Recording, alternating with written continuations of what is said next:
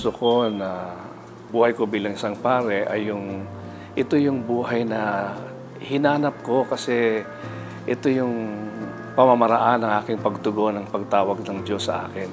Hindi naging madali naging matagal bago ko na sabi sa sarili ko na magiging pare na nga ako. Ang sabi ng Panginoon, I am the vine, you are the branches, apart from me you cannot do anything. Hindi ako ang nagbe-bless. Nakakapag-bless ako sapagkat nakaugnay ako sa ating Panginoong Jesucristo. At yun ang pinakamahalaga sa lahat.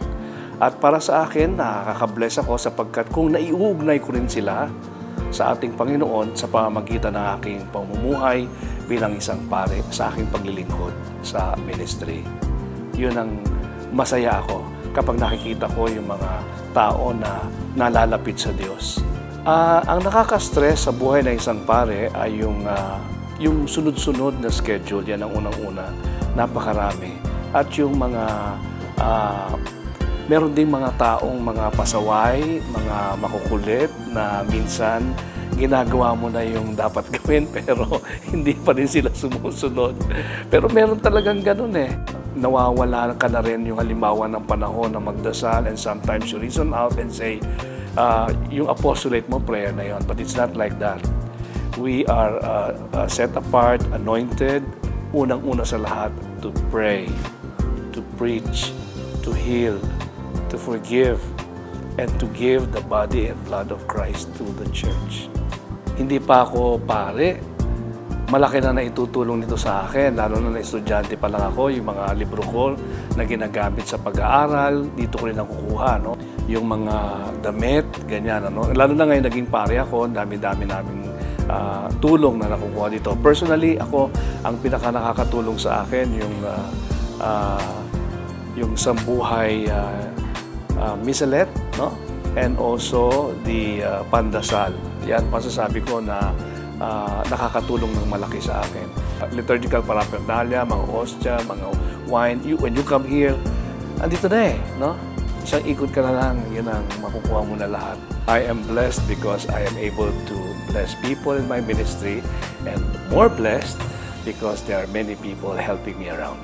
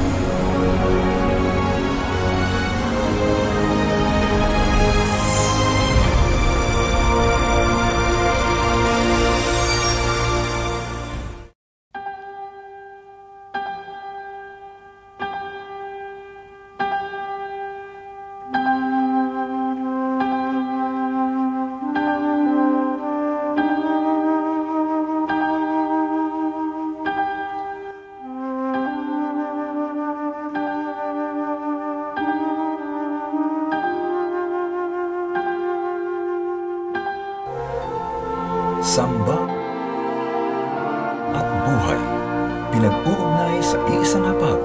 Sambuhay the TV Mass, a pastoral ministry of the priests and brothers of the Society of St. Paul. Isang magandang araw po sa inyo mga kasambuhay. Ngayon po ay ika-24, 24th day ng buwan ng Mayo 2015. Pero mas mahalaga po diyan, ngayon po ay kapistahan ng Pentecost, ang pagbaba ng Espiritu Santo, at ito na rin po ang huling linggo, huling araw ng atin pong Pasko ng Pagkabuhay. Ako po si Father Domi Guzman ng Society of St. Paul, at sa ngalan po ng mga pari, mga brothers at mga seminarista ng aming pong kongregasyon sa Pilipinas at sa Macau, at gayon din po sa ngalan po ng mga pari ng Archdiocese of Manila at ng TV Maria, ang atin pong mission partner para po sa ating Sambuhay TV Mass. Kayo po ay aming tinitipan para po sa ating lingguhang pagdiriwang ng misa. Siyempre, nais po nating batiin ang atin pong mga palagian ng mga kasambuhay, gaya po ng mga may sakit at mga homebound, yung mga elderly, no? Yung mga lolo't lola po natin, at kasama po dyan, siyempre, yung mga uma-attend sa kanila ng mga caregivers. Ganyan din po binabati natin ang ating mga kapulisan at kasundaluhan na alam po natin sa kanilang tour of duty ay maaring kailangang manatili sa kani-kanilang mga presinto at kani-kanilang mga kampo. Siyempre po, binabati rin po natin, sinasama natin sa panalangin ang lahat po ng mga manlalakbay, lalo na po yung ating mga seafarers, no? Mga seamen at seawomen na naglilingkod sa iba't iba pong mga shipping lines, at alam po natin, marami po sa kanila ay kasambuhay po natin linggo-linggo. Of course, hindi po natin makakalimutan ang atin pong napakarami na OFWs sa iba't ibang bahagi ng mundo. In fact, nais po nating bigyan ng puwang ang ilan po sa kanilang mga sharing na ibinigay po sa atin sa pamagitan po ng connection sa Facebook at sa internet. Una na po dyan, ang sharing po ni Amriel Emeraude. Yan, siya po ay nagpapasalamat sa atin pong apostolado ng Sambuhay TV Mas Linggo-Linggo, at salamat din daw po sa ating pag-i-include in a very special way sa mga intentions po ng mga OFWs. Ito nga po palang si Amiel o Amiriel ay isa pong nurse sa Saudi Arabia, at sabi po niya, sana po ipanalangin daw natin sa Panginoon ang kanilang safety, kasi do sa kanyang pinagtatrabahuan na ospital, particularly doon daw po dinadala yung mga casualty sa gera ngayon ng Yemen at Saudi Arabia. Amriel, we will pray for you at yung inyo pong mga kasamahan dyan po sa inyong napaka-sensitive na trabahong yan dyan sa Saudi Arabia. Gayun din naman, meron po tayong message mula po kay Regina Z. Yun po ang binigay niyang pangalan. Siya po ay nasa Japan. At sabi niya, sa Japan, tuwing ikalawang linggo, may Tagalog Mass sila.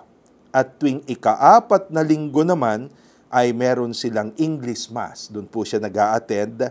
Siya po ay 29 years old, at sabi niya, nagpapasalamat siya na linggo-linggo, hindi na niya kailangang hintayin yung ikalawang linggo o yung ika-4 na linggo, ay linggo-linggo'y napapakinggan po niya ang salita ng Diyos. At sabi niya, nais siyang ipanalangin po natin na sana po daw ay maayos ang kanyang visa application dyan sa Japan. Si Ivy Montejo Morasa, sabi niya, I watched the Mass yesterday and I thank you for being one of my instruments, the instruments of the Lord to guide and to bless our families. At ito pong si Ivy ay nananalangin na sana nga raw yung kanyang relationship sa kanyang hubby ay magkaroon po ng healing at makapag-move on itong kanyang hubby at magsimulang maghanap ng trabaho, etc., etc., no? Ganyan po ang buhay, no? Maraming nangyayari po sa atin, pero sana nga isang bagay na hindi nawawala sa atin ay yung tinatawag po natin na virtue of hope, pag-asa, no? At ngayon po, araw ng Pentecost, yan po ang isa sa mga pwedeng maging regalo po ng banal na Espiritu Santo sa atin, ang tinatawag po natin na pag-asa, no? Pagkakaroon ng pananampalataya, but at the same time, pagkakaroon din naman ng pananampalatayang tumatanaw sa kinabukasan na mayroong pag-asa. We would like also to pray for Nunan Luz at para po sa kanyang health, no? Meron siyang MRI at nawa ay maging maayos ang mga findings. Pero gayon din, nais natin ipanalangin ng kanya pong anak na sana daw ay matutunang mahalin ng kanyang anak ang kanyang trabaho. Totoo po yan, napakagandang intention yan, no? Marami pong tao naghahanap ng trabaho. Probably, we do not always get the kind of job na gusto po natin mayroon tayo, but let us be thankful sa trabahong bigay po sa atin ng Panginoon. Ano? And then si Jos Jamaica, siya po ay nagtatrabaho sa Qatar at sabi po niya, nais niyang maipanalangin po natin ang intentions ng kanya pong mahal na pamilya para po sa kanilang kalusugan, lalong-lalo na po ang kanyang mga magulang at lahat ng mga magulang, syempre. Eto namang si Nora Lim, ay sabi niya, nais po niya na ipanalangin natin ang matagumpay na civil service examination para po sa kanyang kapatid na si Neil John. No? And then si Paul Joseph Austria, sabi niya maraming salamat daw po sa Sambuhay TV Mas sa atin pong ginagawang apostolado sa lahat po ng mga OFWs. Si Apple Fernandez, siya po ay nananalangin para po sa kanyang cousin na nawa ang kanyang pinsan ay magkaroon po ng kagalingan at gayon din naman po sabi niya para po sa kanyang sister-in-law na nagdadalang tao. Of course, no? Isang maselan po na pangyayari yan, no? Na ingatan ang isang bagong buhay na binibigay sa atin ng Panginoon. Mula naman sa Nicaragua, ay nakatanggap din po tayo ng sharing naman ni Lorraine Malgapo. At nais natin pong ipanalangin lahat po ng mga kasamahan niya, na mga Pilipinos dyan po sa Nicaragua. Marami po mga hindi lang mga overseas Filipino workers, kundi ang tawag po nila doon ay mga religious workers. Yun pong mga volunteer church workers, volunteer catechists na alam po natin, dyan sa Nicaragua ay nagtatrabaho. Si Erwin Medina Nonato naman, sabi niya, salamat po at yung aking wife ay 6 months pregnant na. Ipinalangin po natin itong wife ni Erwin and 6 months pregnant na raw po yung kanyang wife. So we'd like na sana nga ay masustain, pag-pray po natin na itong kanilang inaasam-asam na napakagandang biyaya sa Panginoon, ang biyaya ng isang anak ay magkatotoo. At as well as, we would like also to pray for the death anniversary ng mother ni Erwin Medina Nonato. Si Marcy Rakipo Jr. naman ay taga-Taiwan ngayon. Doon po siya nagtatrabaho ngayon. At may tanong siya. Sabi niya marami daw ang tumatanong sa kanya, bakit daw tayo mga Katoliko ay sumasamba sa mga rebulto at marami pa raw po tayong dinadasalan ng mga santo. Well, unang-una po, alam niyo po, Marcy, hindi po natin sinasamba yung mga rebulto. Ito po ay nire-respeto po natin. Ang pagsamba ay sa Diyos lamang. Kasi alam niyo yung salitang worship, worthship, no? Dalawang salita po yan eh. Worthship, pagbibigay ng tamang respeto, tamang pagpaparangal, tamang pagbibigay ng importansya, worth, no? We pray, we really say that worship is only for God, no? Pero alam nyo, meron po tayong mga kapatid sa pananampalataya, whether they are alive or they are dead, na nirirespeto po natin, no? Halimbawa, itong ating mga kapatid sa ibang pananampalataya, may mga pastor yan. Meron silang mga elders, no, na nire-respeto at nagpapa-pray over dito sa mga elders na ito. O sa atin naman po, itong ating mga nilalapitan ng mga santo na we ask them to pray for us. Yayamang sila ay nandun na, malapit na kay Lord. Di ba? Ang ating po paniwala is kung ikaw ay naging maayos ang pamumuhay mo, the Lord gives you the grace of a new life with Him. Di lalo-lalo na po na dapat hingin natin ang kanilang pakikiisa sa panalangin. No? Yun po ang hinihingi natin sa mga santo kapag tayo po ay lumalapit sa kanila. Yung kanilang intercession, pakikiisa sa panalangin. And by the way, regarding to mga rebulto, alam po ba ninyo na sa Old Testament, mismong ang Panginoong Diyos ang nagbigay po ng instruction sa mga Israelites na sa ibabaw ng Ark of the Covenant, yung kabanantipan, kung saan po nakalagay yung tableta ng Ten Commandments, nagpaukit ang Diyos ng 2 rebulto ng serapim at doon inilagay doon po sa ibabaw netong Ark of the Covenant nito. Kaya hindi po totoo, ito sinasabi po netong ating mga, kung minsan ay mga kapatid na nahihiwalay na hindi gumamit ng rebulto. Kasi sa Old Testament, mismong ang Diyos, 2 beses po, no? Yung 2 anghel sa ibabaw ng kabanantipan, instruction ni God yan kay Moses. At pangalawa, yung paggawa ni Moses ng bronze serpent, no? Isang bronzeng ahas, ipinalagay po ng Diyos sa ibabaw ng isang pole, no? Isang tungkod. Para sa ganon, itong mga Israelitang nando sa disyerto na nakagat ng mga ulupong ay magkaroon ng kagalingan whenever they look at this bronze serpent that is mounted on a pole. At sabi po nila, yan daw po ay isang foreshadowing ng krus ni Kristo. Mula naman kay Marie Fe Abelia Roque. Yan, ipinapanalangin po natin ang kanyang mami, si Telma Abelia, na nagkaroon po ng stroke, na sana po the Lord will really give her a complete recovery, complete healing, no? Talagang all her faculties are okay, no? We claim that, no? As we pray. Si May Reobaldo Macapagal, siya po ay isang OFW na nasa Dubai at sabi po niya, isa lang po ang kanyang ipinapanalangin na ultrasound daw po siya 6 weeks ago, nakita na yung pong nabubuo sa sinapupunan niya na dapat ay bata, may konting diferensya nakita sa ultrasound.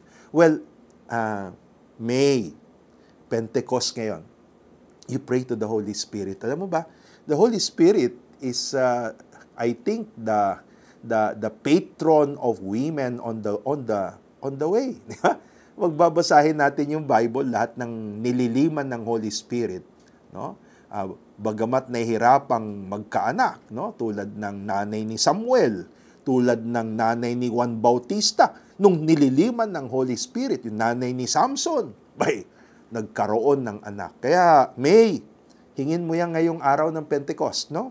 Mula sa Holy Spirit, the Lord, the giver of life, sabi nga po natin, sa atin pong credo na dinadasal tuwing misa. Si John Dexter Servitilio, maraming salamat John sa iyo pong padala, no?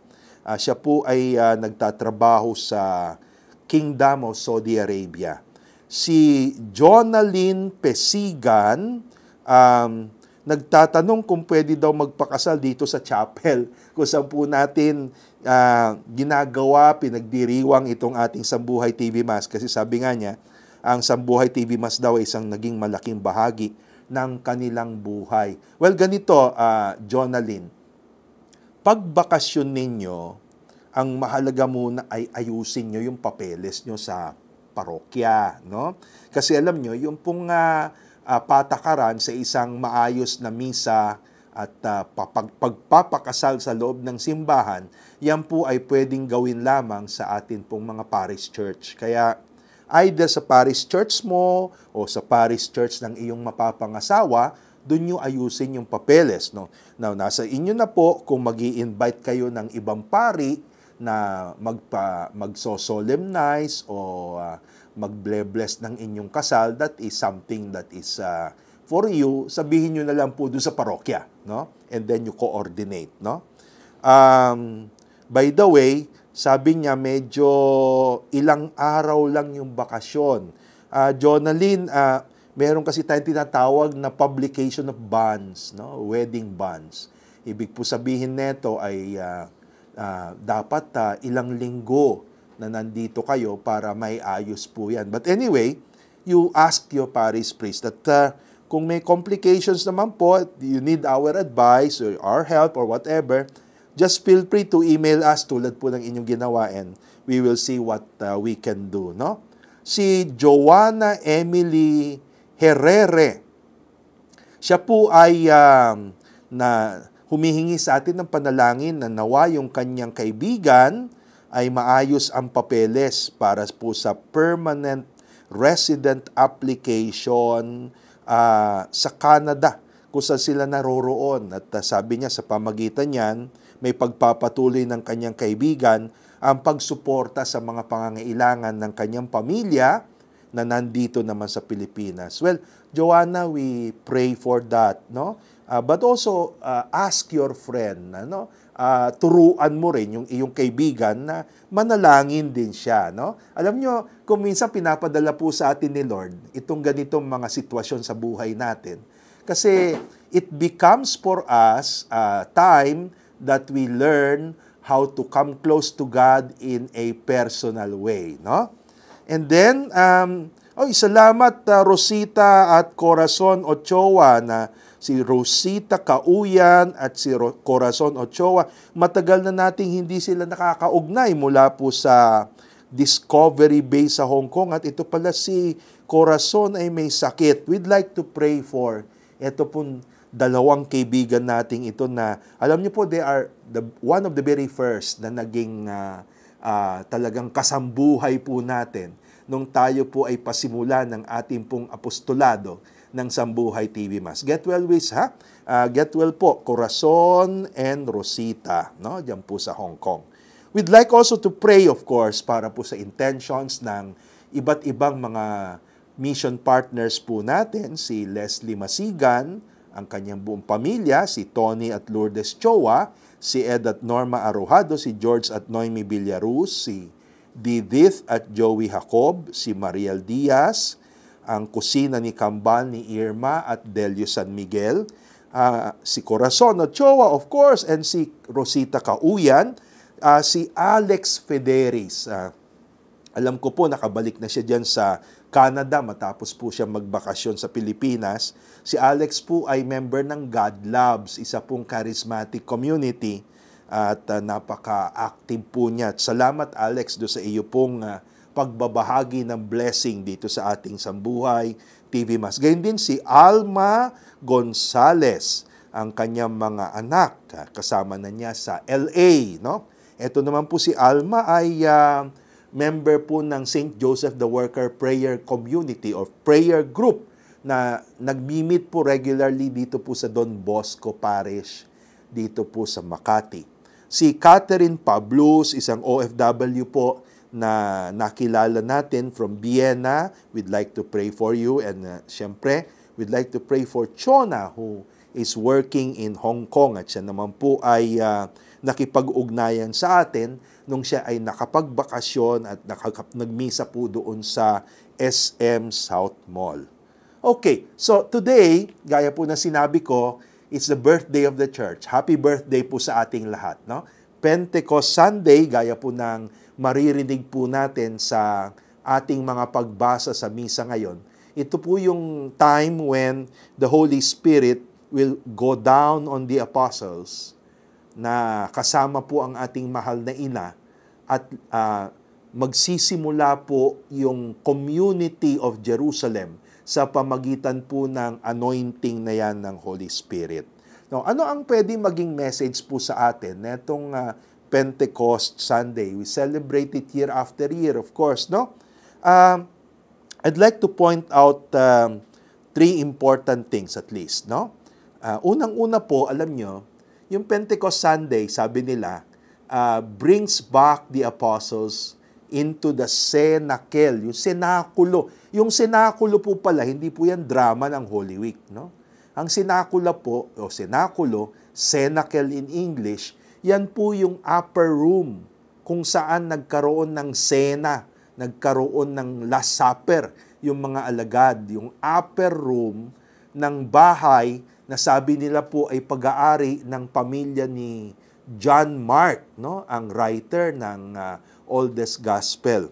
So, doon ginagawa yung Passover ng Panginoon, doon ginawa ang kanyang Last Supper, doon ginawa ang washing of the feet, doon ginawa ang pamamaalam ng Panginoon, and because that place, the upper room, the cenacle, ay isang kwarto na naging punong-puno po ng alaala para sa mga alagad regarding their very personal relationship with the Lord.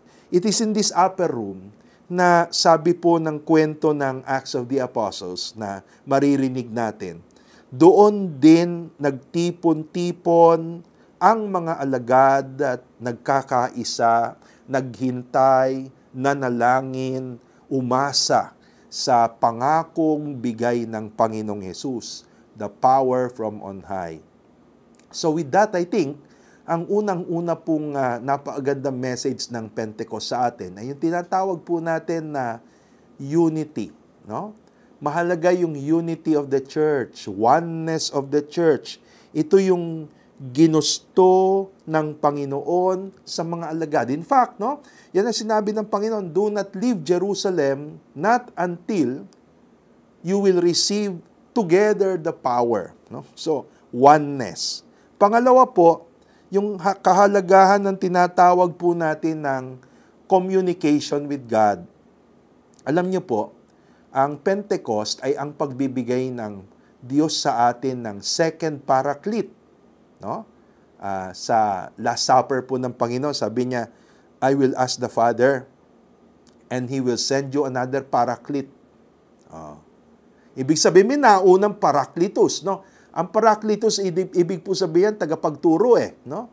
Ang unang paraclete, ang unang tagapagturo ay walang iba kung hindi ang Panginoong Hesus. Ngayon, sa pamagitan ng Pentecost, ipinapadala ng Panginoong Hesus mula sa Ama, papunta po sa simbahan, papunta sa atin, another tagapagturo, another paraclete. Now, ano ang naging mahalagang papel ng paraclete sa relasyon natin sa Diyos? Communication. Jesus, the first paraclete, communicated to us not only the message of God, but God Himself. Di ba sabi ng Panginoon, whoever sees me has seen the Father. Ngayon naman, the Holy Spirit communicates Jesus. Sabi ng Panginoong Yesus, the Holy Spirit will tell you everything that I have told you. So, ang halaga po ng komunikasyon, no? Hindi lang mahalaga yung pagkakaisa natin sa pananampalataya, mahalaga din po yung tinatawag natin na ongoing communication with God, no? There is life because of communication. And of course, no, yung ikatlong message po ng Pentecost ay Diyos ng buhay. The Holy Spirit is Lord and giver of life, no? And that is what the Holy Spirit gave. When He came, hindi lang po binigyan ng Holy Spirit ng iba't ibang mga kaloob, iba't ibang charism, yung mga alagad. Kung hindi more than that, the Holy Spirit communicated to the disciples the very life of God. No? Kaya nga sabi ni San Pablo, it is no longer I who lives, Christ lives in me. Paano yon? Sa pamagitan ng Holy Spirit. So, palagi ko po, as we celebrate Pentecost Sunday, let us pray for these three things. No? Oneness sa loob ng simbahan, bagamat tayo ay iba't iba, no? We all belong to a Christian community. Oneness. Pangalawa, communication with God, no? And then of course the third one is the gift of life, no? The Holy Spirit is Lord and giver of life. Narito na po ang atin pong misa ngayong Solemn Feast of Pentecost mula po sa oratorio ni Mary Queen of Apostles, dito po sa aming kumbento sa Society of St. Paul, San Antonio Village, Makati. Offering of the Holy Mass. Accept, Most Holy Trinity, the sacrifice fulfilled at one time by the divine word, and now renewed on this altar through the hands of your priest. I unite myself to the intentions of Jesus Christ, priest and victim, that I may be entirely offered for your glory and for the salvation of all people.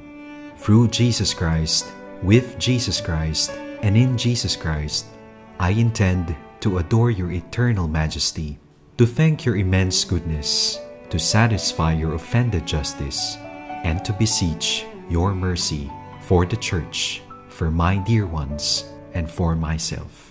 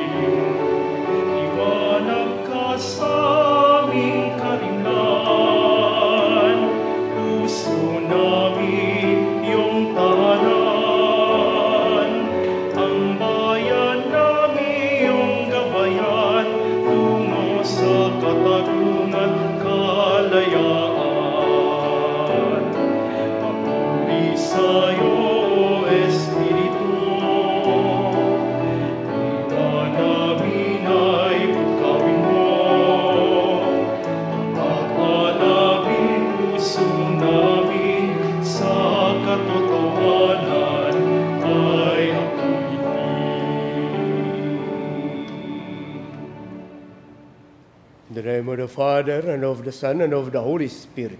Amen. The Lord be with you. And with your spirit. Pentecost marks a fresh start for all of us. Jesus announces the peace that comes with his victory over death. He gives us the Holy Spirit with the power to forgive and conquer sin. Like the apostles, we are strengthened by the Spirit to face the challenges of the world. The Holy Spirit showers us with gifts. Let us use these for the building up of the church, the body of Christ. My dear sisters and brothers, let us acknowledge our sins and so prepare ourselves to celebrate the sacred mysteries.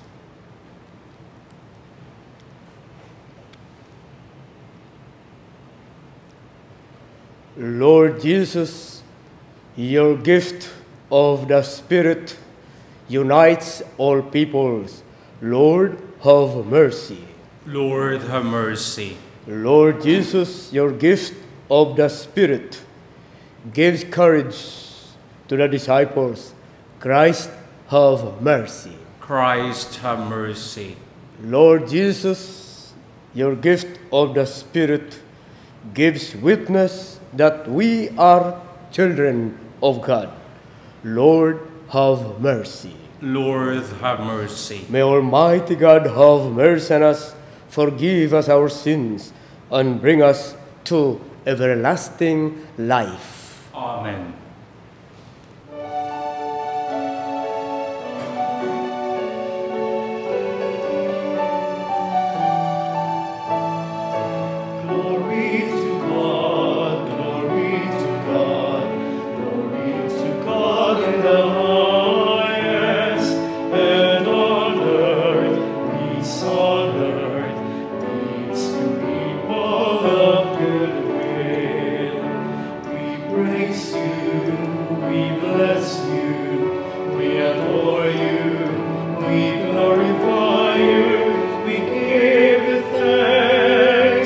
For your great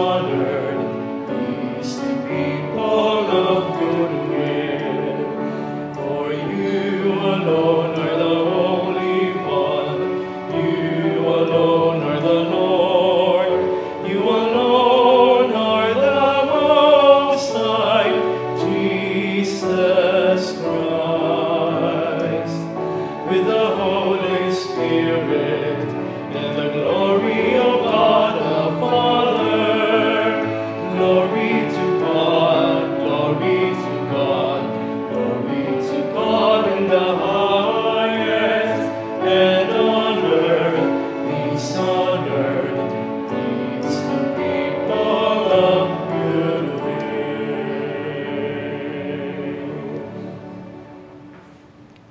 Let us pray. O God, who by the mystery of today's great feast sanctify your whole church and every people and nation, pour out, we pray, the gifts of the Holy Spirit across the face of the earth, and that with the divine grace that was at work when the gospel was first proclaimed, fill now once more the hearts of believers.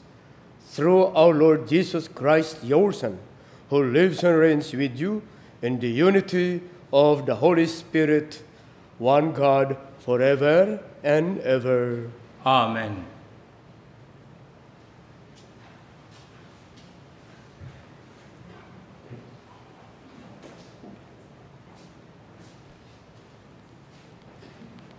A reading from the Acts of the Apostles. When the time for the Pentecost was fulfilled, they were all in one place together. And suddenly there came from the sky a noise like a strong driving wind, and it filled the entire house in which they were.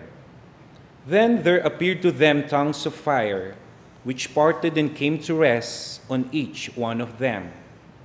And they were all filled with the Holy Spirit and began to speak in different tongues as the Spirit enabled them to proclaim. Now there were devout Jews from every nation under heaven staying in Jerusalem.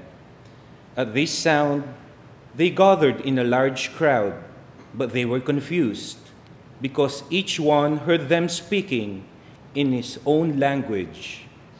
They were astounded, and in amazement they asked, "Are not all these people who are speaking Galileans? Then how does each of us hear them in his native language?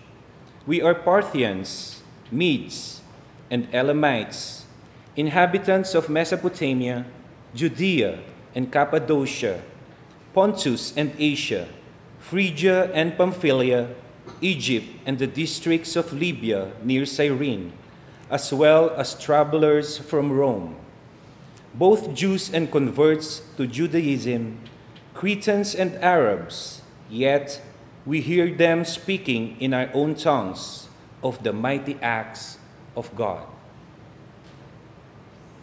The word of the Lord. Thanks be to God. Lord, send out your Spirit and renew the face of the earth. Lord, send out your Spirit and renew the face of the earth. Bless the Lord, O my soul. O Lord my God, you are great indeed. How manifold are your works, O Lord. The earth is full of your creatures. Lord, send out your Spirit and renew the face of the earth. If you take away their breath, they perish and return to their dust. When you send forth your Spirit, they are created, and you renew the face of the earth. Lord, send out your Spirit and renew the face of the earth. May the glory of the Lord endure forever. May the Lord be glad in his works. Pleasing to him be my theme. I will be glad in the Lord.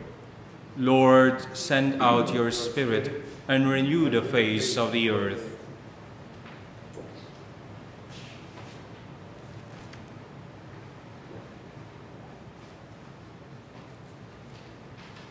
A reading from the first letter of St. Paul to the Corinthians. Brothers and sisters, no one can say Jesus is Lord except by the Holy Spirit. There are different kinds of spiritual gifts, but the same Spirit. There are different forms of service, but the same Lord. There are different workings, but the same God, who produces all of them in everyone. To each individual, the manifestation of the Spirit is given for some benefit.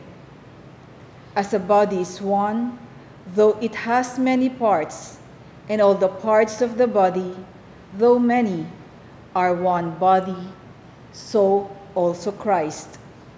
For in one Spirit we were all baptized into one body, whether Jews or Greeks, slaves or free persons, and we were all given to drink of one Spirit. The word of the Lord. Thanks be to God. Come, Holy Spirit, come, and from your celestial home shed a ray of light divine. Come, Father of the poor, come, source of all our store. Come, within our bosoms shine. You of comforters the best, you, the soul's most welcome guest, sweet refreshment here below. In our labor, rest most sweet, grateful coolness in the heart, solace in the midst of woe. O most blessed light divine, shine within these hearts of yours, and our inmost being fill. Where you are not, we have naught, nothing good in deed or thought, nothing free from taint or of ill. Heal our wounds, our strength renew. On our dryness, pour your dew. Wash the stains of guilt away. Bend the stubborn heart and will. Melt the frozen, warm the chill. Guide the steps that go astray. On the faithful who adore and confess you evermore. In your sevenfold gift descend. Give them virtue's sure reward. Give them your salvation, Lord. Give them joys that never end. Amen. Alleluia.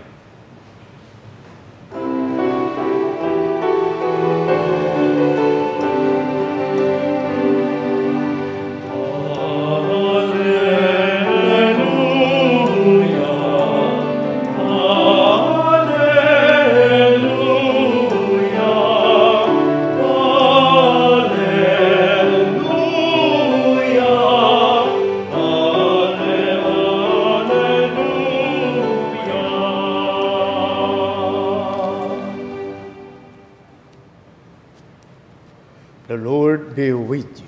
And with your spirit. A reading from the Holy Gospel according to John. Glory to you, O Lord.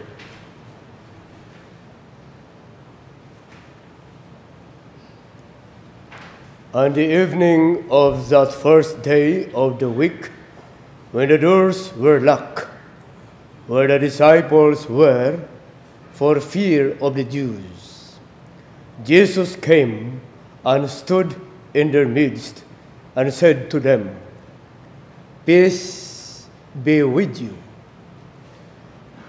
When he had said this, he showed them his hands and his side. The disciples rejoiced when they saw the Lord. And Jesus said to them again, "Peace be with you. As the Father has sent me, so I send you." And when he had said this, he breathed on them and said to them, "Receive the Holy Spirit. Whose sins you forgive are forgiven them, and whose sins you retain are retained." The Gospel of the Lord. Praise to you, Lord Jesus Christ. Isang magandang at mapagpalang araw po ng linggo sa inyong lahat. Kung sa Ilonggo pa'y mayong adlaw sa inyong tanan. Mga ginigiliw, mga kapatid, Lalong-lalo na po, kayo mga nasa abroad,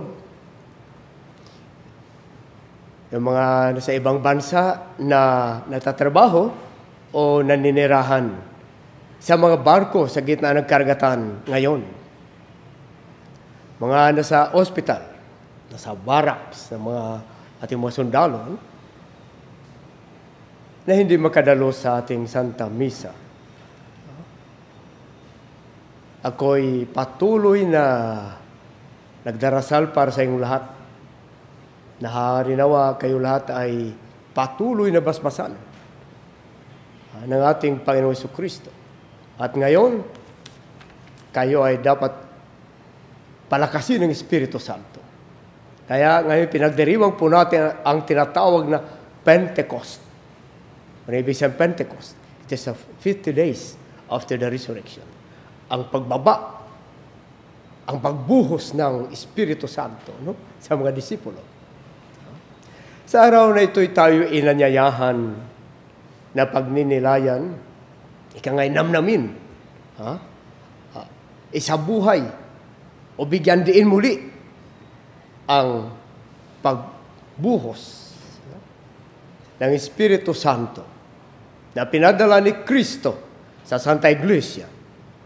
Ito ay isang pangyayari na puno ng biyaya,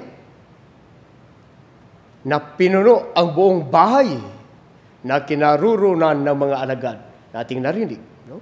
Ito ay inilalahad, ipinahayag ni San Lucas sa unang pagbasa.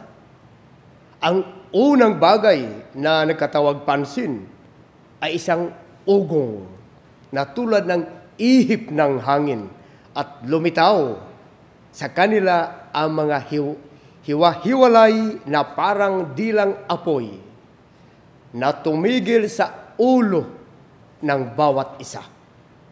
Itong mga tandang ito na humipo sa mga apostoles,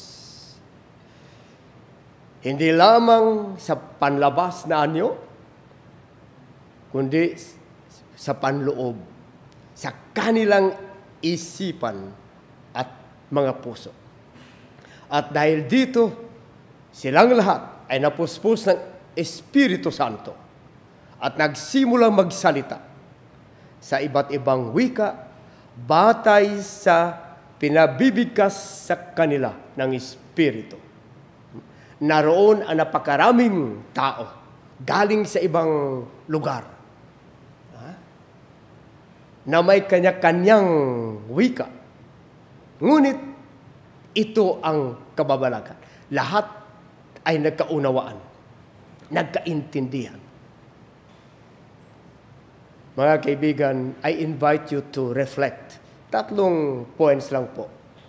Una, ano bang binibigay na leksyon sa atin na ating mga narinig ngayong araw na ito?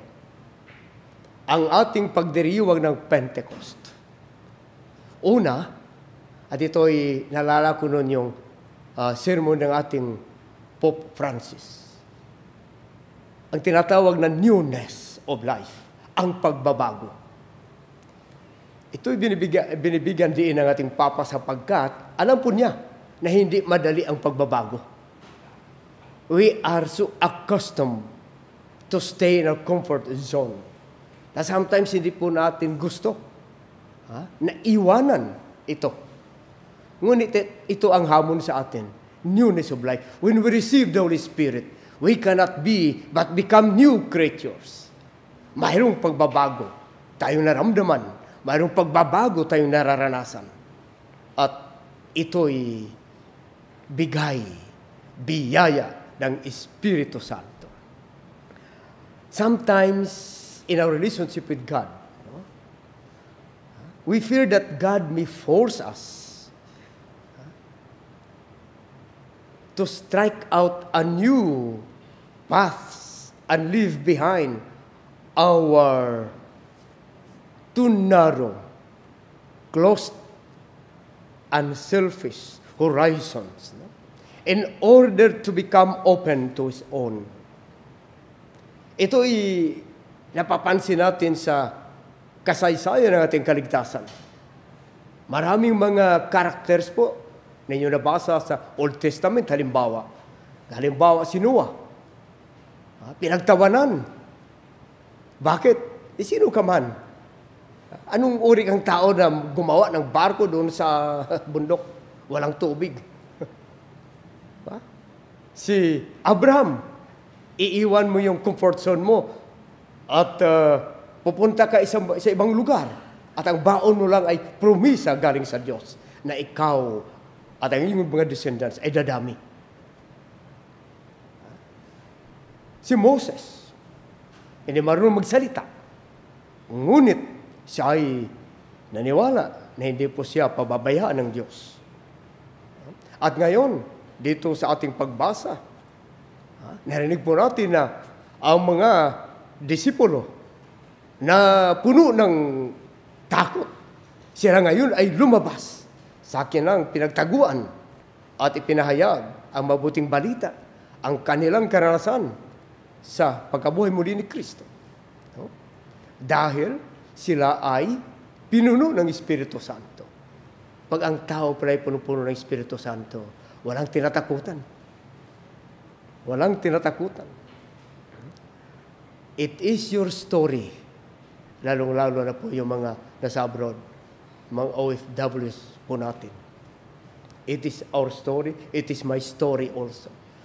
Mayroong isang akong kaibigan na pangalan Isidro. Bago po siya pumunta sa abroad, parati po pumupunta sa akin na share, maraming sinishare sa akin mga kwento hinggil sa buhay niya. At sinabi po niya bago umalis, Father, masakit sa akin na umalis, iwanan ang aking pamilya. Hindi naman kami mayaman, hindi naman napakahirap. Comfortable. Pero lumalaki ang mga anak. Lumalaki ang mga anak namin. Mag-aaral sa college. Hindi po namin makakayanan. Dapat po aalis ako. Masakit sa akin humiwalay sa aking pamilya. Ngunit alang-alang sa akin na, Father, gawin ko ito.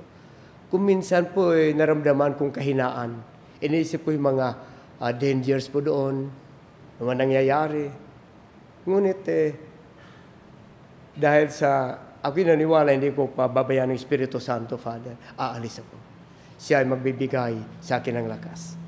Mga kaibigan, yes, pag ng Espiritu Santo ay sumasa atin, wala tayong tinatakutan. Next idea, next point of reflection is pagkakaisa. Ito pa rin dinudulo sa atin ng Espiritu Santo. Pag ang Espiritu Santo ay nadarama sa isang komunidad, kung siya ang sinusunod sa komunidad, sa isang pamilya, ang pagkakaisa, ang tinatawag na harmony, ay manatili sa isang pamilya. Ang Santa Iglesia ay nabubuhay sa Espiritu Santo. Tayo'y nakakasamba sa Diyos, sa Espiritu Santo. Hindi ko po malilimutan sinasabi na aming profesor noon sa theology. That was almost 38 years ago. Si Monsignor Benko po, yung profesor namin noon. Bago po tayo magdasal ng Ama namin, ay winiwika ng pari ang Doxo Holia, o ang dakilang pagpupuri sa Diyos sa banal na misa. At sinasabi niya, sa pamamagitan ni Kristo kasama niya at sa Kanya, o Diyos amang magkapangyarihan, ikaw ay pinupuri at ipinagdarangal kaisa ng Espiritu Santo magpasa walang hanggan. Para sa Ama at sa Anak, ang Espiritu Santo ang panuntunan o prinsipyo ng pagkakaisa. Kaya ang pag-ibig ng Ama para sa Ama, pag-ibig ng Anak para sa Ama, ay ayon sa at sa pamamagitan ng kanilang pagkakaisa sa Espiritu Santo. Sa ikalawang pagbasa, ating natunghayan ang lahat na yan. That it is only the Spirit that can awaken diversity plurality and multiplicity. Ayan sinasabi natin Papa. While at the same time, building unity. Sinasabi natin mahal na Papa na here too, when we are the ones who try to create diversity and close ourselves up in what makes us different, and other we bring division. When we are the ones who want to build unity in accordance with our own human plans, we end up creating uniformity, standardization, but if instead we let ourselves be guided by the Spirit, richness, variety, and diversity never become a source of conflict because it impels us to experience variety within the communion of the church. Mga kaibigan, tayo magkakaiba. Hindi tayo pari-pariho. Dito ang kagandahan at simbahan sapagkat sa ating pagkakaiba, maraming matalento sa atin, dami yung mga talents kahit sa simbahan. Ito yung lahat ginagamit in order to serve our God. And we are united. So, ang pangatlong point po, pag ang Espiritu ay sumasa atin, we are impelled to go out and do a mission. Kaya ang third point is, the Holy Spirit is the soul of the mission. Ibig po sabihin, pag ang Espiritu ay nasa atin, tayo buhay na buhay. Di ba? Ay, sa totoo lang sa katawan po natin, pag walang hangin anong tawag po natin sa tao? Pag ang katawan walang hangin. Di ba? Patay ka na. Pag kulang naman yung hangin, ano kaya yan? Baka mamaya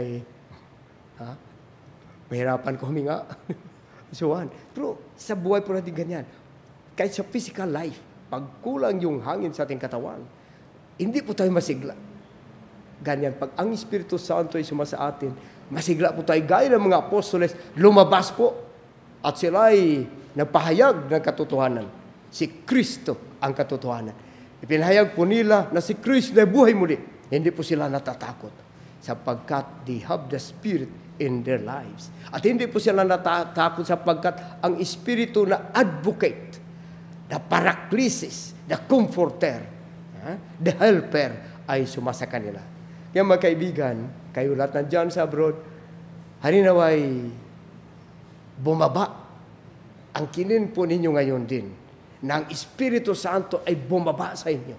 Bigyan kayo ng sapat na lakas upang kayo patuloy na gumagawa, patuloy na nagtatrabaho, hindi para lamang sa inyong sarili, kundi para sa inyong pamilya. At hindi ko matatakot sapagkat ang Diyos ay sumasa inyo. Ang Espiritu Santo ay sumasa inyo. So mga kaibigan, miss one of us, every group and movement in the harmony of the church, cry out to the Father and implore this gift. Today too, as at her origins, the church in union with Mary cries out, Veni, Sancte Spiritus. Come, Holy Spirit, fill the hearts of your faithful at paalabin mo sa pagmamahal, habag at pagmamalasakit ang aming mga puso. Harinawa. Amen.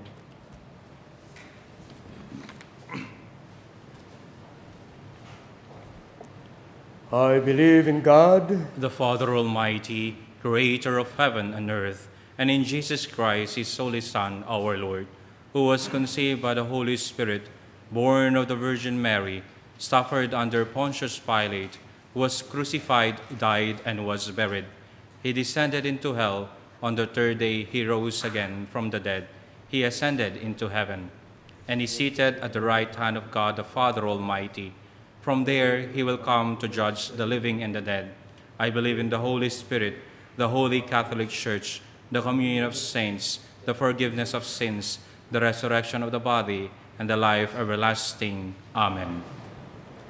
Let us ask the Heavenly Father to fill us with the Holy Spirit, aid us in our weakness, and be our advocate and guide. Full of trust, we pray. Father, fill us with your Holy Spirit. Father, fill us with your Holy Spirit.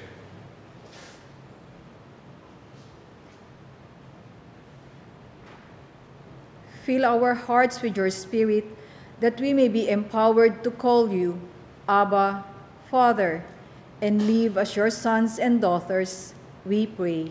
Father, fill us with your Holy Spirit. Send your Spirit to the Church and rekindle the fire of her varied charisms and ministries, we pray. Father, fill us with your Holy Spirit. Pour out your Spirit on the leaders of our nation, that they may use their power and authority in the service and liberation of our people from poverty, we pray. Father, fill us with your Holy Spirit. Fill all consecrated men and women, missionaries, and workers of evangelization with your Spirit, that the good news of salvation may reach the whole world, so people may come to know you and your Son, Jesus, we pray. Father, fill us with your Spirit. Send your Holy Spirit to comfort the elderly, the sick, and the dying, and give eternal life to those who have died, we pray. Father, fill us with your Spirit. Father in heaven, listen to your people gathered in prayer.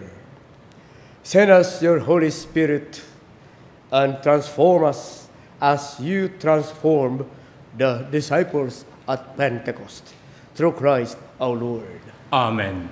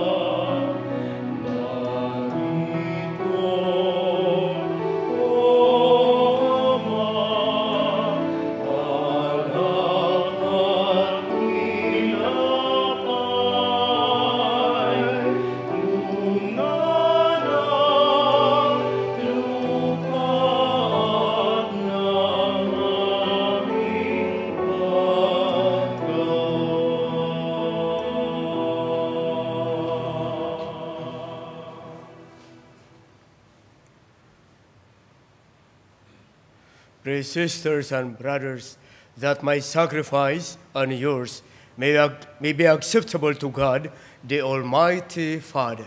May the Lord accept the sacrifice at your hands for the praise and glory of his name, for our good and the good of all his holy church. Grant, we pray, O Lord, that as promised by your Son, the Holy Spirit may reveal to us more abundantly the hidden mystery of the sacrifice and graciously lead us into all truth. Through Christ our Lord. Amen. The Lord be with you. And with your spirit. Lift up your hearts. We lift them up to the Lord. Let us give thanks to the Lord our God. It is right and just.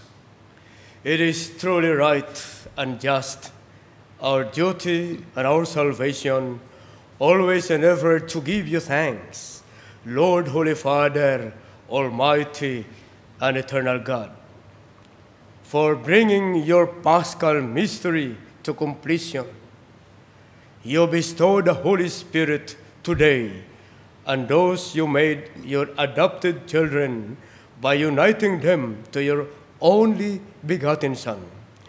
The same Spirit, as the Church came to birth, opened to all peoples the knowledge of God and brought together the many languages of the earth in profession of the one faith.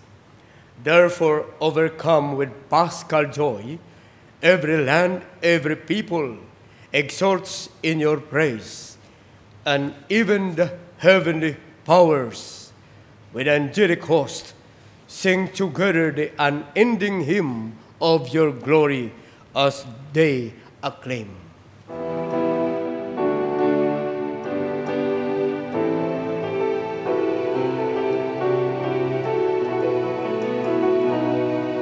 Santo, Santo, Santos, Panginoon Diyos sa kagalakan, napupuno ang langit at lupa ng kadakilan mo. Hosana, Hosana, Hosana sa kaitaasan.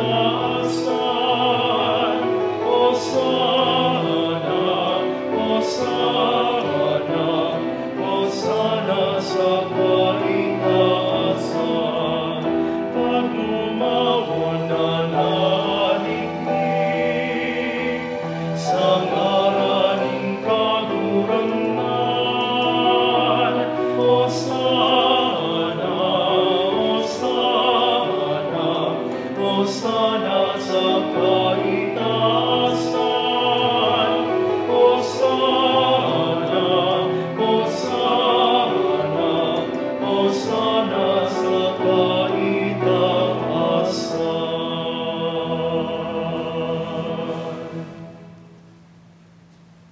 You are indeed holy, O Lord, the fount of all holiness.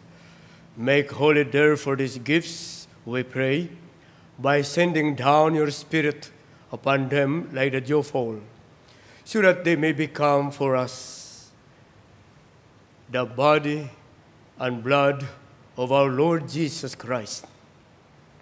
At the time he was betrayed and entered willingly into his passion, he took bread and giving thanks, broke it and gave it to his disciples, saying, "Take this, all of you, and eat of it, for this is my body, which will be given up for you."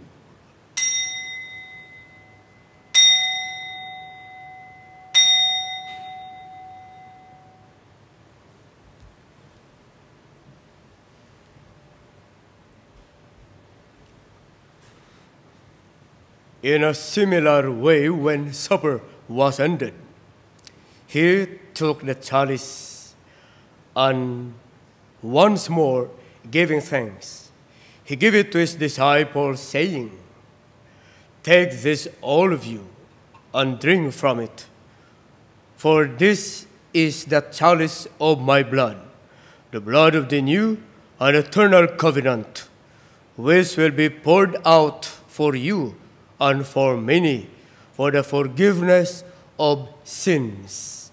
Do this in memory of me."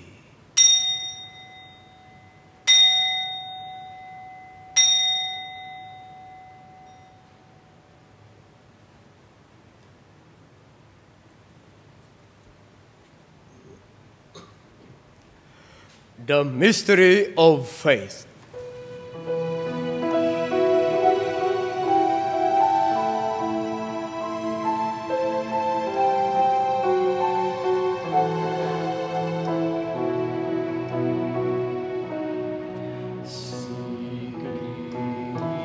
Kristo'y namatay, si Kristo'y nabuhay,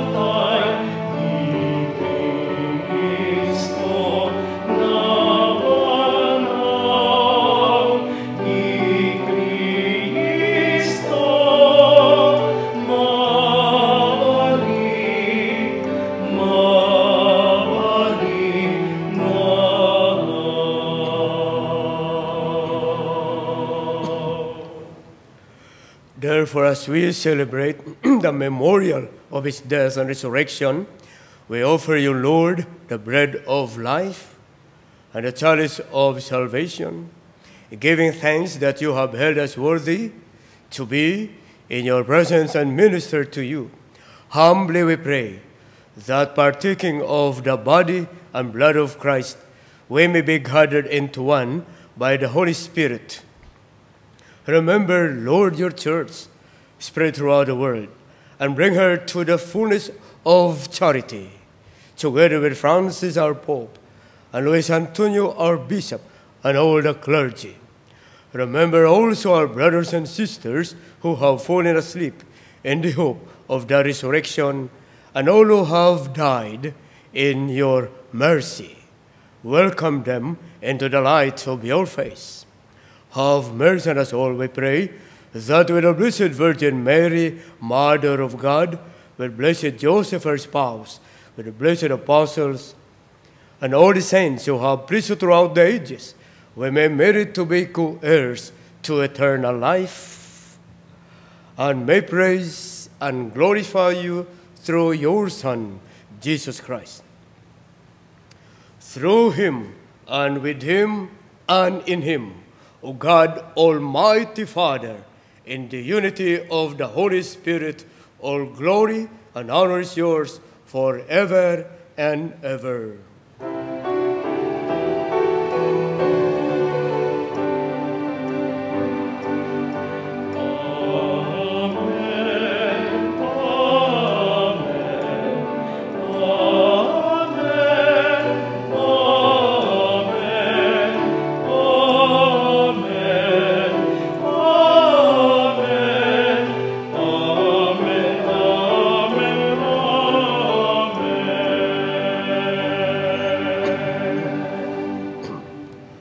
Savior's command, and formed by divine teaching, we dare to say,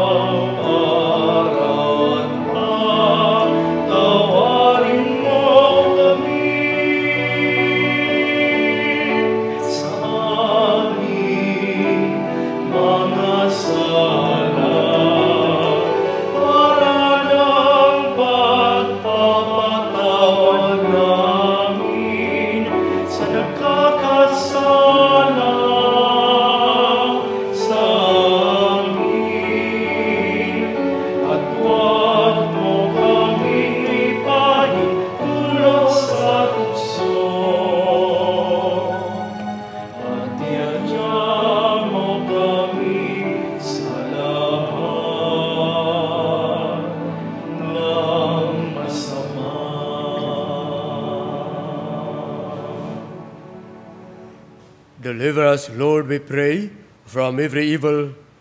Graciously grant peace in our days, that by the help of your mercy we may be always free from sin and safe from all distress, as we await the blessed hope and the coming of our Savior, Jesus Christ. For the kingdom, the power, and the glory are yours, now and forever. Lord Jesus Christ, who said to your apostles, "Peace I leave you, my peace I give you.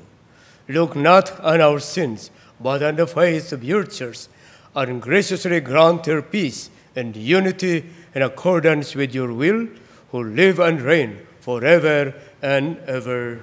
Amen. The peace of the Lord be with you always. And with your spirit. Let us offer each other the sign of peace. Peace be with you. Peace.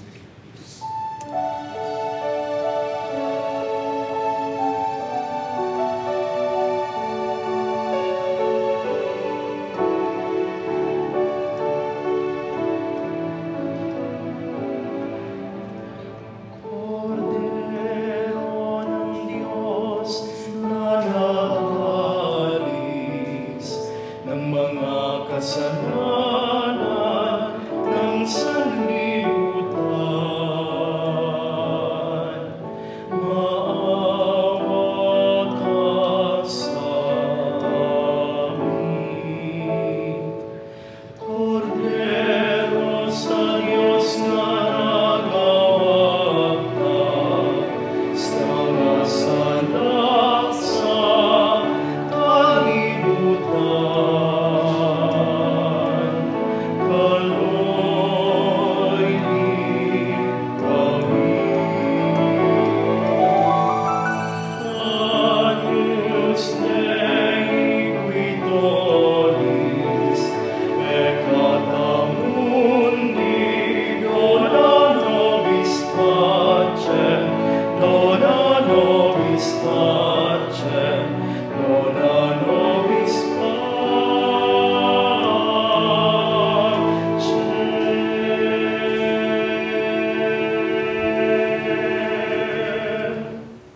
Behold the Lamb of God. Behold him who takes away the sins of the world. Blessed are those called to the supper of the Lamb. Lord, I am not worthy that you should enter under my roof, but only say the word, and my soul shall be healed. May the body of Christ bring us to everlasting life.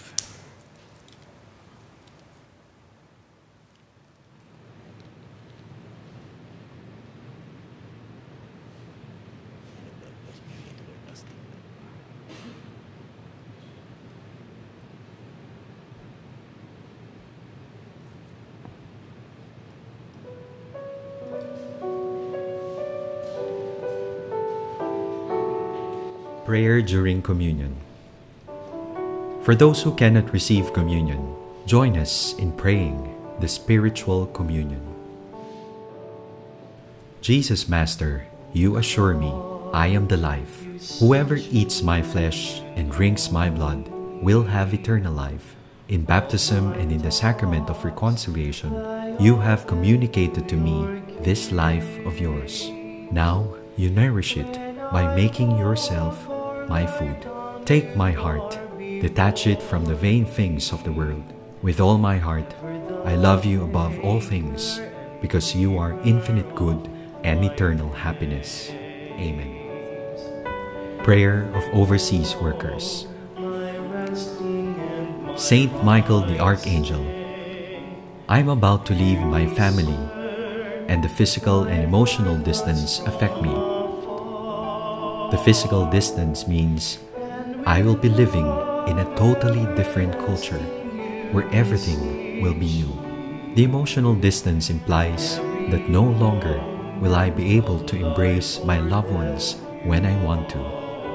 You have done special mission for God, and you did it confidently, trusting that everything will be all right, because our Creator has everything in His hands. Share with me the same faith. Make this travel a part of my mission here on earth. I have to leave for the good of my family and loved ones. I have to leave to do God's will. While I am away from them, protect them from dangers. Let them feel my presence through my letters and calls. Make us a strong family, even though we are far from one another. Saint Michael, through your intercession, may Jesus be the light of the family, and Mary be our mother too. Amen. There is nowhere on earth I can escape you. Even the darkness is radiant in your sight.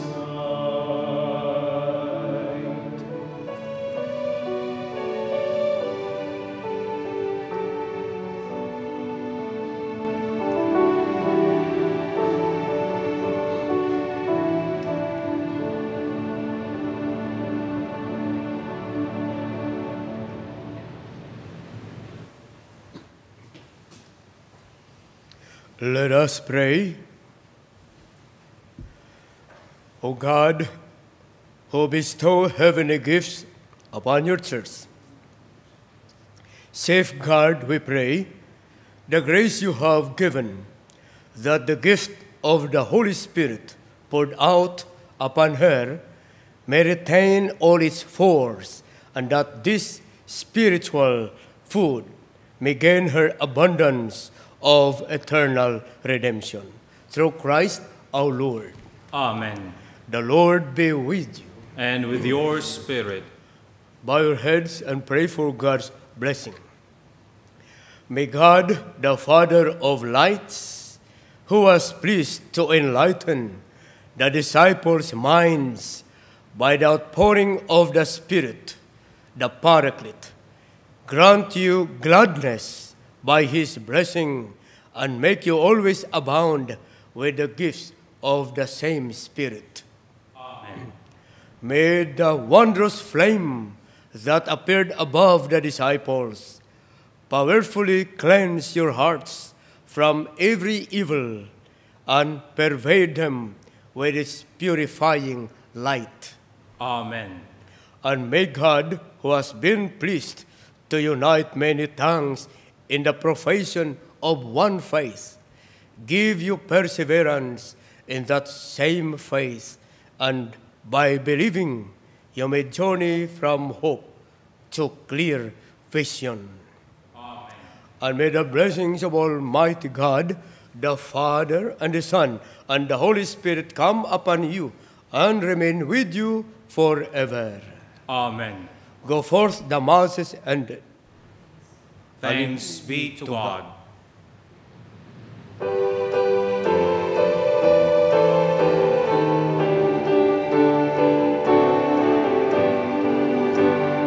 Joyful, joyful, we adore thee, God of glory, Lord of love.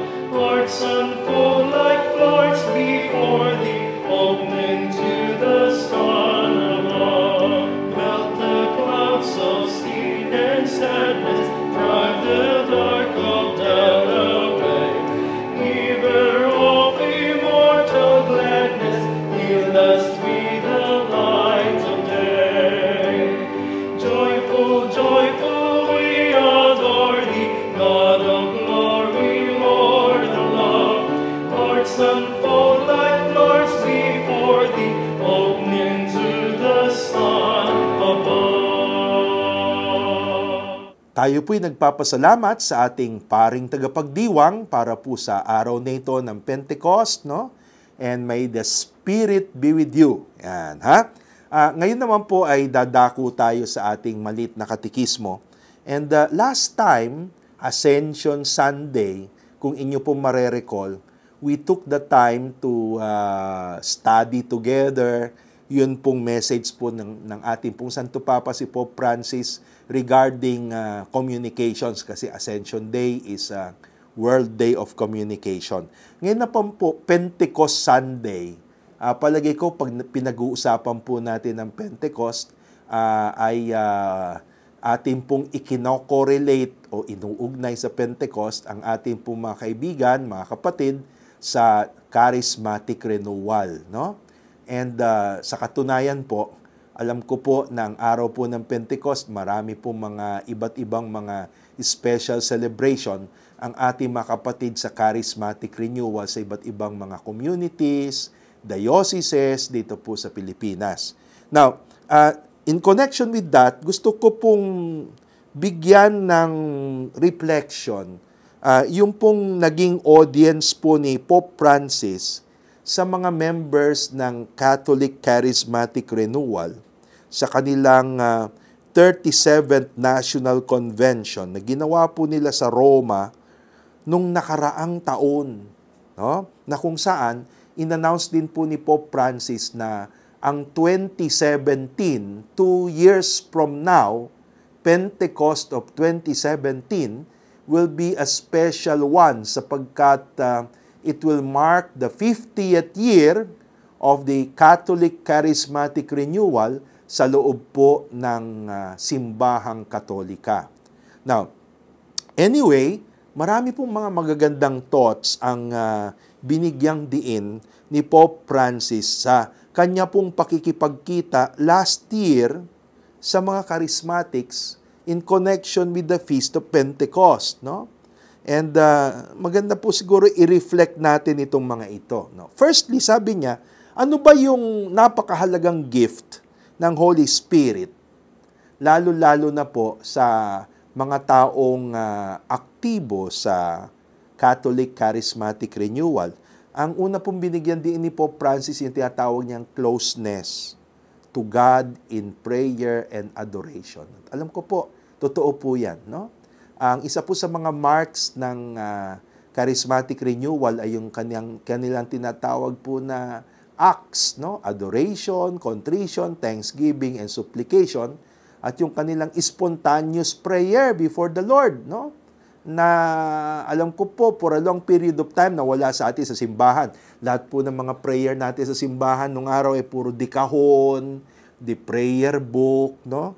And that is the first thing that Pope Francis underlined. Sabi niya, sana yung renewal will cherish the gift of the Spirit, which is the gift of prayer, the gift of closeness to God, the gift of closeness to Jesus, no? Pangalawa, sabi niya, sa mga pamilya naman, the charismatic renewal has brought about, the growing love in the family. Hindi ka pwedeng maging charismatic kasi na hindi ka marunong magpatawad, hindi ka marunong magkaroon ng healing of memories, yan, no? So, sabi niya, it has helped a lot of spouses to grow in their love for one another and in their children, in their love with their children. So, maganda po sigurong point of reflection yan, no? Kung talagang tayo mga deboto ng Holy Spirit, is the Holy Spirit letting us grow in love? In fact, love is one of the fruit of the Spirit, no? Isa po sa mga napakahalagang bahagi ng bunga ng Espiritu Santo. And then, dun naman sa ating mga kapatid na disabled at elderly, sabi po ni Pope Francis, the charismatic renewal and the Holy Spirit has helped them to look at the meaning of suffering. Suffering with Christ and suffering for the church.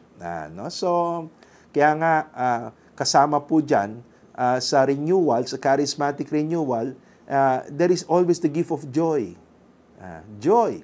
Ano man ang iyong circumstance sa buhay, you are joyful in the Lord. You are joyful in the Spirit. No? And Pope Francis says, that is a beautiful thing to cherish. No? That great joy that the Holy Spirit gives to us. No? And then the love for the Word of God. Sabi po ni Pope Francis, never before in the church has there been yung bang thirst for the Word of God. No, yung people reading the Bible, people praying about the Bible, people sharing about the Bible, studying about the Bible, no? Ang pasok po ng Catholic Charismatic Renewal, yung pong isa sa mga practical na nakita po natin na bunga. And Pope Francis says, always carry in your pocket the Word of God, that little piece, the Word of God, no? Especially the Gospel. No? Pero may warning din po si Pope Francis sa mga nasa Charismatic Renewal.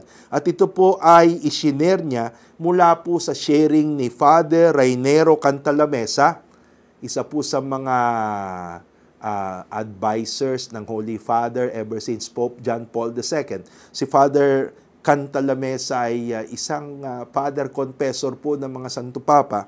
Very charismatic priest. He has come to the Philippines several times. At sabi po ni Father Cantalamessa na isinare ni Pope Francis, sabi niya, the renewal brings freedom. Freedom.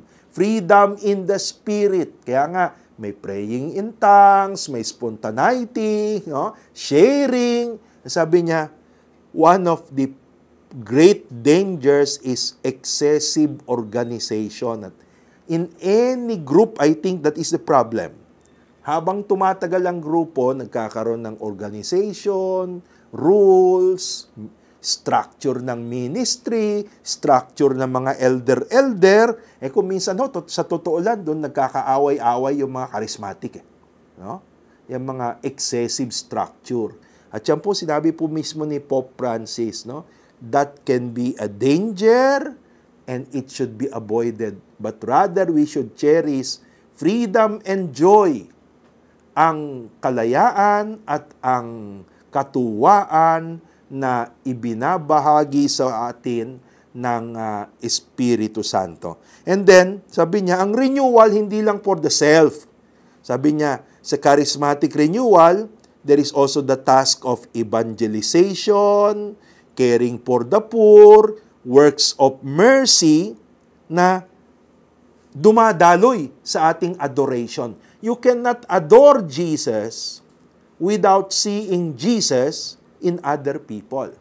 At yan din po isang napakagandang point ni Pope Francis. And I think during this day of Pentecost, no, it's not enough that we raise our hands and say, Hallelujah. No? Kung hindi, the Holy Spirit is also the Father of the poor. Yan po ang turo ng simbahan. The Spirit is the Father of the poor.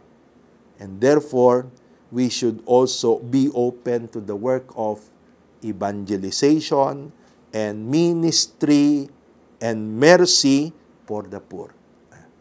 So ngayon naman po kayo nais naming invite para po sa atin pong pagiging partner in mission. Unang-una po sa ating screen, mapapansin po ninyo, ay nandyan po ang iba't ibang cable networks ng nagamit po, channel nagamit ng TV Maria. So kung pwede po ipalaganap po natin ito sa ating mga kaibigan sa Pilipinas. And then sa overseas naman, kung nais po nyo maging partner in mission, number one, sa screen po natin, nandyan naman po yung atin pong mga iba't ibang digital, electronic, cyberspace connection sa Facebook, sa YouTube, etc. Let us share this, no, to ating pong mga kapatid at mga kaibigan sa abroad. Secondly, be a blessing. Alam po namin you are truly blessed, and on the screen ay yung atin pong account number kung saan po nyo pwedeng i-remit ang inyong love offerings. And for those who have been regularly sending, God bless you po. God bless you. And may the Lord continue to be generous and magnanimous to you. No? And then, sa screen din po natin, nandyan naman pong ating pong cellular number kung saan nyo po pwedeng ipadalang iba't ibang mga sharing po ninyo through text. No? Gayon din po ang inyong mga mass intentions that you would like us to remember as we offer the Sambuhay TV Mass week after week. Sa atin pong iba't iba pong mga products ng St. Paul's, no? I think bago tayo magkaroon ng Sambuhay TV Mass, nakita niyo yung ilang mga advertisements po natin about the bookstore, no? Bahagi po yan ng trabaho po ng apostolado ng St. Paul. So, you can be a partner also by frequenting our bookstores, no? And bringing others to those bookstores kung nasa Pilipinas po kayo. Sa ngalan po ni Father Resty at lahat po ng production ng atin pong Sambuhay TV Mass, nais po natin ngayong ipabaon sa inyong lahat ang panalangin po ni Blessed James Alberione to spend the week well. My dear and sweet Mother Mary, keep your holy hand upon me. Guard my mind, my heart, my senses, that I may never commit sin. Bless my thoughts, affections, words, and actions, that I may always please you. And Jesus, my God, Jesus and Mary, give me your most holy blessings. Amen. Joyful, joyful, we adore thee, God of glory, Lord of love. Hearts unfold like flowers before thee, opening to the sun above. Let the clouds of sin and sadness drive the dark of doubt away. River of immortal gladness, fill us with the light of day.